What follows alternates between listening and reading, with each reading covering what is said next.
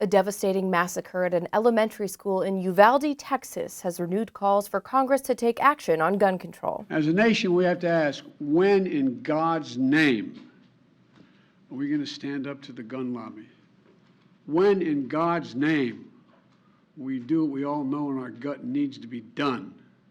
Biden's pleas came amid outrage over the violence, with Democrats demanding movement on a range of gun control proposals that have stalled on Capitol Hill.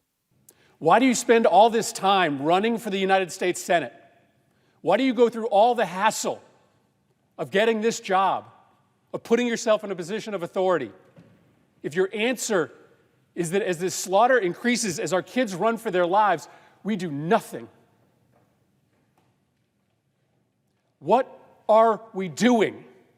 Senate Majority Leader Chuck Schumer took steps this week to move two background check bills forward.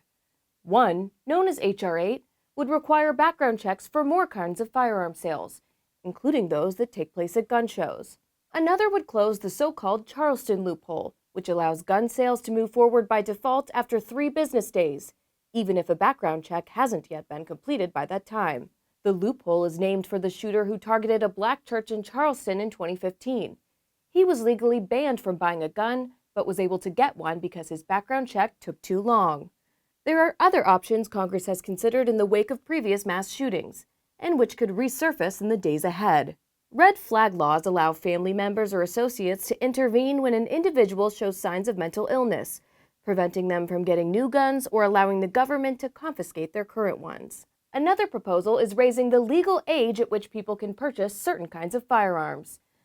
The Uvalde shooter was 18 years old and legally purchased both his firearms. The new proposal would raise the legal age to obtain those kinds of guns to 21 years old.